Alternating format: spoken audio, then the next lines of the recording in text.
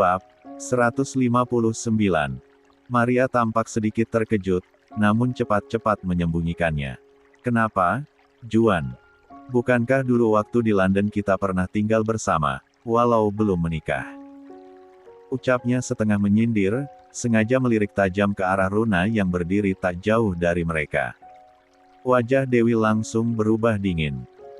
Ia maju selangkah dan berkata dengan nada datar namun tegas, "Jangan samakan di sini dengan waktu kalian di London, Nona Maria. Ini rumahku, dan semua orang yang menginap di sini ikut aturanku. Kamu sekamar dengan Runa." Juan dengan Jeffrey. Maria mendecakkan lidah, ekspresinya berubah kesal. "Dasar kampungan," gumamnya pelan, cukup untuk didengar orang di sekitarnya. Ia lalu membalikkan badan dan berjalan menuju kamar yang tersisa, dengan langkah menghentak. Melihat sikap Maria, Jeffrey hanya nyengir dan berkomentar santai, "Jangan diambil hati, Dewi. Anggap aja anjing menggonggong kafilah berlalu." Runa dan Juan tak kuasa menahan tawa dan ikut terkekeh mendengar celetukan itu, sejenak melupakan kekakuan yang sempat menyelimuti suasana. Sementara itu, Axel yang sudah lelah kemudian berjalan. 13. Mengikuti ibunya ke kamar. 14. "Runa, kalau kamu tidak nyaman sekamar dengan Maria, kamu bisa tukar kamar dengan Fuji dan Sally," ucap Dewi pelan, memperhatikan wajah Runa yang tampak sedikit canggung. Runa tersenyum tipis, mencoba menepis rasa tak enak. "Tenang saja, Dewi. Aku baik-baik saja." "Gak apa-apa, kok," jawabnya sambil menarik koper masuk ke kamar. Dewi menatapnya penuh perhatian. "Baiklah, tapi kalau sewaktu-waktu kamu merasa nggak nyaman, kamu bisa pindah kamar. Atau kalau mau, kamu bisa menginap di kamar resort, biar lebih tenang." Runa menggeleng. "Nggak usah. Aku di sini aja, bareng kalian."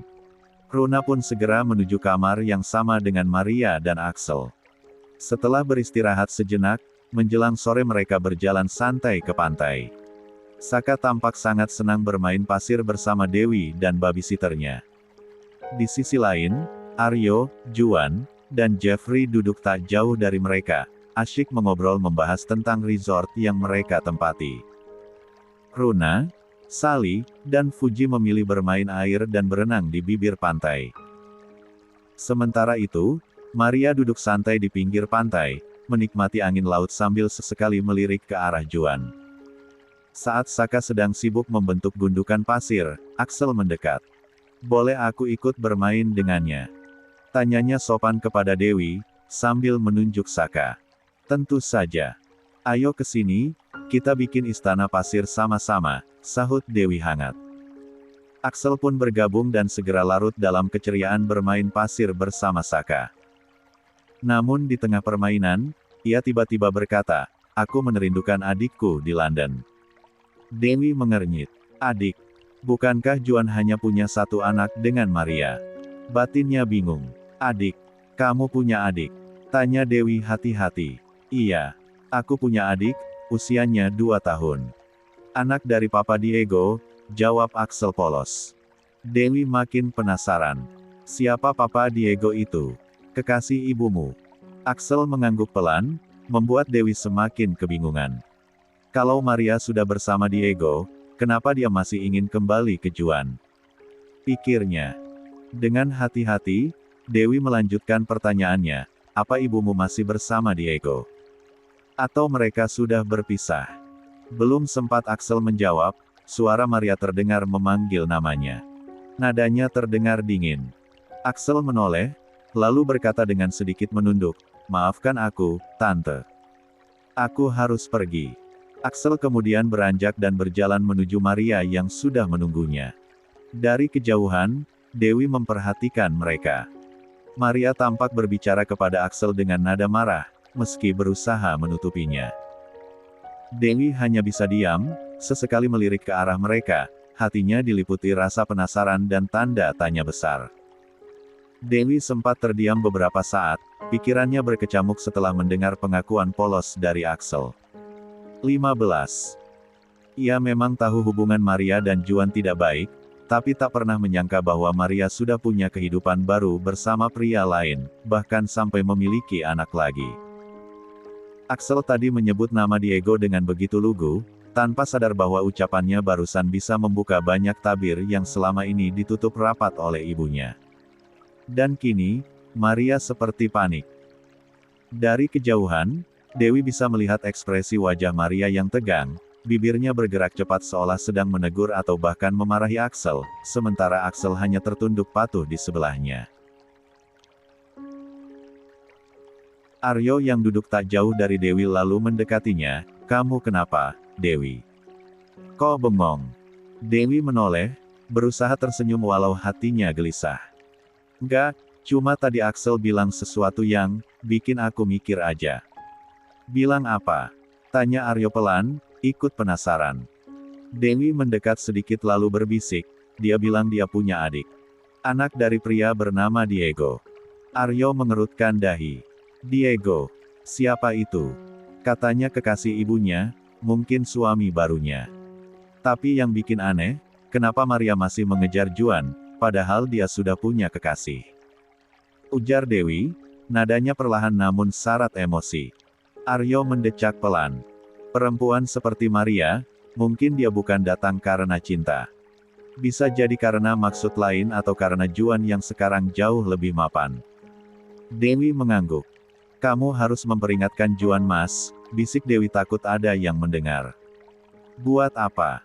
Aku rasa Juan tidak sebodoh itu, sampai tidak menyadari kelicikan Maria," jawab Aryo dengan entengnya. Ada banyak pertanyaan di kepala Dewi, tapi untuk sekarang, ia memilih diam. Karena sore itu masih terlalu indah untuk dikotori dengan amarah dan konflik. Namun satu hal pasti, setelah mendengar ucapan Axel tadi, dia harus memperingatkan Runa. Malam harinya, mereka semua mengadakan acara makan malam bersama dengan memanggang daging barbecue di restoran yang terletak di pinggir pantai.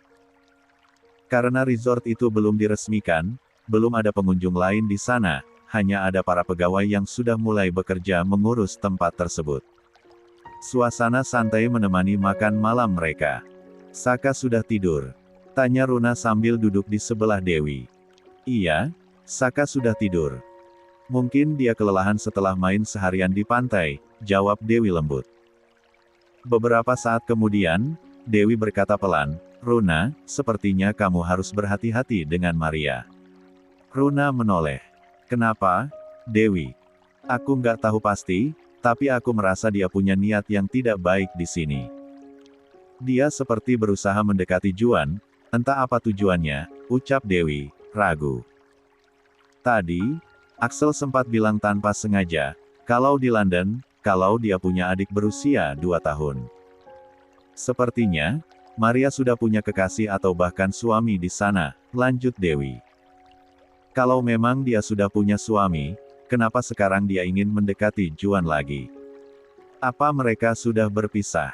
Tanya Runa, penasaran. 16. Entahlah, Runa. Tapi aku punya firasat yang nggak enak. Jangan pernah lepaskan Juan untuk Maria. Kamu harus mempertahankan dia, kata Dewi serius. Runa terdiam. Kata-kata Dewi menggema dalam pikirannya. Hatinya masih bimbang antara ingin mempertahankan Juan, atau justru melepaskannya. Pagi harinya, Juan dan Aryo bertemu dengan Tuan Akasi untuk membicarakan kelanjutan pembangunan resort. Sementara itu, Axel yang terbangun dengan perut lapar mendatangi ibunya. "Ibu, aku lapar. Bisa nggak ibu masakin sesuatu untukku?" pinta Axel dengan suara manja. Maria yang sedang mengenakan sepatu olahraga menjawab sambil bersiap-siap, "Ibu harus olahraga dulu Axel, jangan manja. Kamu masak mie instan dulu kalau lapar. Mungkin sebentar lagi chefnya datang."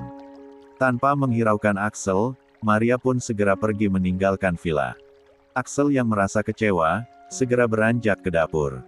Ia mengambil panci dan mulai merebus air. Perutnya benar-benar lapar pagi itu. Namun, karena posisi dapur di villa itu agak tinggi dan kurang nyaman untuk anak seusianya, saat hendak memasukkan mie ke dalam panci, tanpa sengaja tangannya menyenggol gagang panci. Air panas tumpah dan mengenai lengannya. "Ah!" jerit Axel keras. Runa yang masih berada di kamar langsung berlari keluar. Axel, ada apa? Serunya panik. Saat melihat Axel berdiri sambil menangis dan memegangi lengannya, Runa langsung mendekat dan terkejut melihat lengan Axel yang memerah dan mulai melepuh. Ya Tuhan, apa yang kamu lakukan? Pekik Runa. Ia segera membuka kaos panjang Axel agar bisa melihat luka dengan lebih jelas. Jeffrey, teriak Runa memanggil. Suasana villa mendadak panik. Para penghuni kamar lain keluar. Ada apa, Runa? Tanya Dewi cemas. Axel terkena air panas. Aku harus bawa dia ke rumah sakit. Ujar Runa cepat. Jeffrey yang baru saja muncul langsung berkata, tunggu, aku ambil kunci mobil dulu. Ia bergegas masuk ke kamarnya mengambil dompet dan kunci mobil. Sementara itu, Runa menggendong Axel yang masih merintih kesakitan. Wajahnya pucat dan nafasnya mulai tersengal. Kalau Maria atau Juan datang, bilang aku bawa Axel ke rumah sakit. Ucap Jeffrey pada yang lain. Tanpa menunggu lebih lama, mereka segera meluncur menuju rumah sakit. Di ruang UGD rumah sakit, suasana terasa tegang.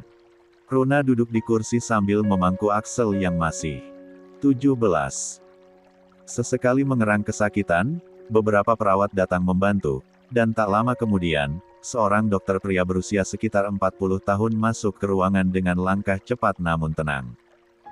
Silakan dibaringkan di sini, ujar sang dokter sambil menunjuk ranjang periksa. Runa perlahan meletakkan Axel di atas ranjang.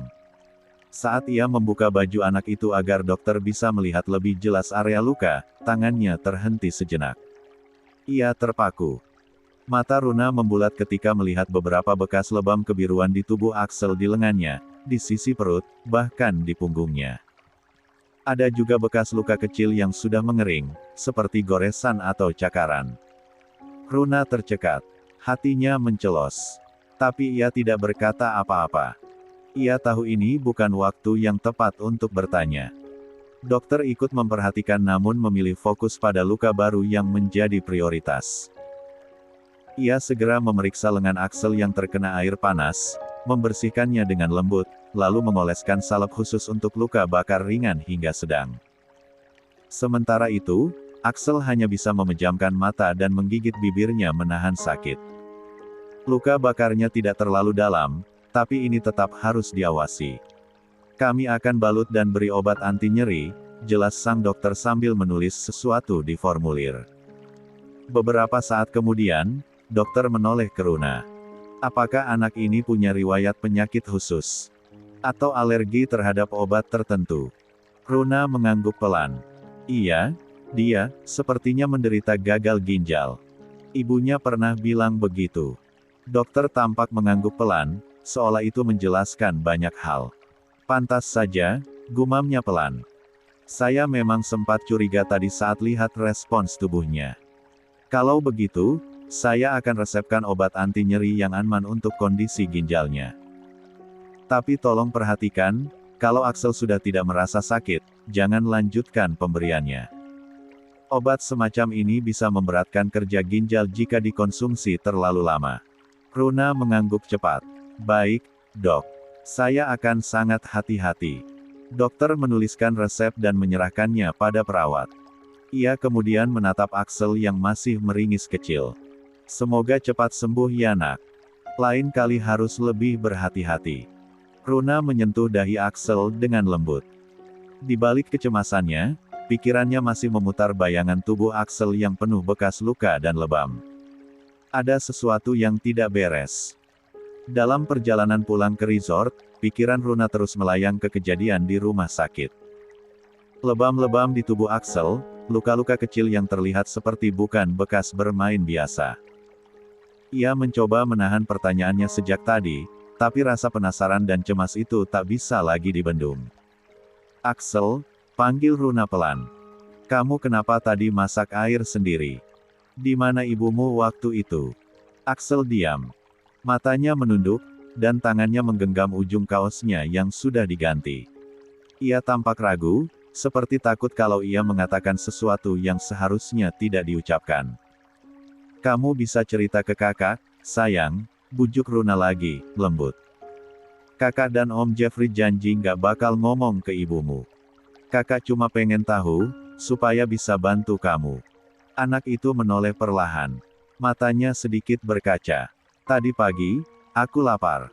Ibu bilang dia mau lari pagi. 18.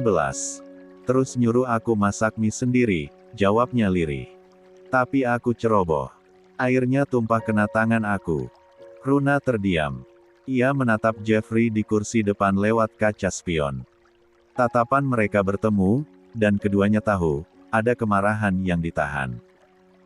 Bukan hanya karena Axel terluka, tapi karena anak sekecil itu dibiarkan memasak sendiri saat ibunya lebih memilih berolahraga. Ibumu memilih lari ke pantai, daripada masakin kamu. Tanya Jeffrey akhirnya, suaranya pelan tapi terdengar menahan emosi. Axel mengangguk. Iya. Katanya nanti chef datang. Tapi aku nggak kuat nunggu. Runa menghela nafas panjang. Lah tahu Axel belum sarapan sama sekali, dan obat penghilang rasa sakit yang tadi diberikan harus segera diminum agar lukanya tidak makin nyeri. Jeff, kita cari tempat makan dulu ya. Axel harus makan sebelum minum obat, ucap Runa. Jeffrey mengangguk, membelokkan mobil ke arah jalan utama. Aku tahu tempat ayam cepat saji di sini. Sepertinya Axel belum terbiasa dengan makanan di sini. Tak lama kemudian, mereka tiba di sebuah restoran cepat saji bergaya internasional yang memang menjadi favorit banyak turis asing. Setelah memesan makanan untuk Axel, ayam goreng, kentang, dan air mineral, Runa dan Jeffrey juga memesan makanan ringan untuk mereka sendiri. Begitu makanan tiba, Axel langsung makan dengan lahap. Rasa lapar dan mungkin juga sedikit rasa aman karena ditemani oleh orang yang peduli, membuat nafsu makannya kembali. Melihat Axel makan dengan lahap, Runa tersenyum kecil, walau hatinya masih bergemuruh. Ayo, habisin, sayang. Nanti setelah makan, kita minum obatnya ya, kata Runa, mengelus kepala Axel lembut. Axel memandangi obat pereda nyeri di tangannya. Runa, yang duduk di sampingnya, menatap wajah bocah itu dengan serius. Axel, ini obat pereda nyeri. Kamu ingat ya nama obatnya? Ucap Runa lembut, tapi ingat, kalau kamu nggak sakit, jangan diminum, ini nggak bagus buat ginjalmu, seperti yang dokter bilang tadi. Namun, jawaban Axel membuat Runa dan Jeffrey yang ada di ruangan itu terperangah. Aku udah tahu obat ini, Kak. Aku sering minum kok, ujar Axel santai. Ibu sering memberiku obat ini. Runa mengerutkan kening. Ibumu sering memberikan obat ini? Tanyanya, masih tidak percaya. Iya. Katanya ini vitamin, supaya aku nggak merasakan sakit, jawab Axel polos. Runa terdiam, pikirannya berputar. Ia ingat betul penjelasan dokter tadi obat itu berbahaya untuk penderita gangguan ginjal. Papinya dulu juga pernah sakit ginjal, jadi ia tahu pasti kalau penderita ginjal tak boleh sembarangan minum obat, apalagi tanpa resep dan secara rutin. Namun, Runa masih belum berani menyimpulkan. Bisa saja ibunya Axel memberikan obat itu atas anjuran dokter, pikirnya, mencoba memberi pengertian.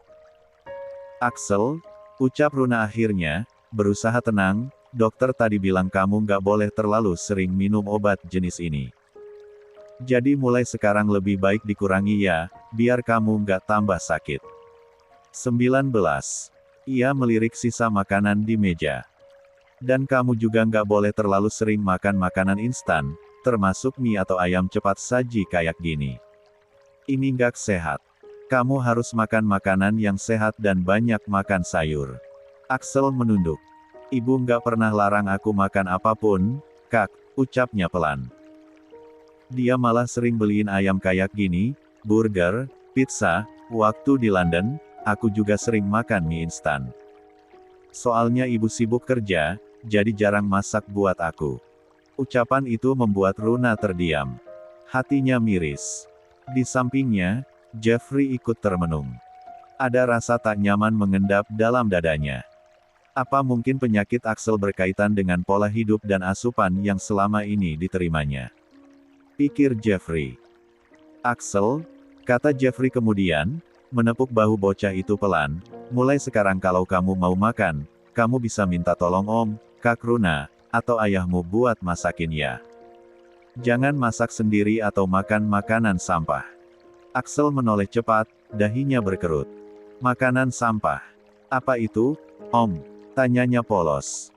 Runa dan Jeffrey saling pandang, lalu tertawa kecil, mencoba meredakan ketegangan yang tadi sempat membungkus ruangan. Runa tersenyum kecil sambil mengusap kepala Axel. Anak itu benar-benar polos, belum mengerti istilah yang tadi diucapkan Jeffrey.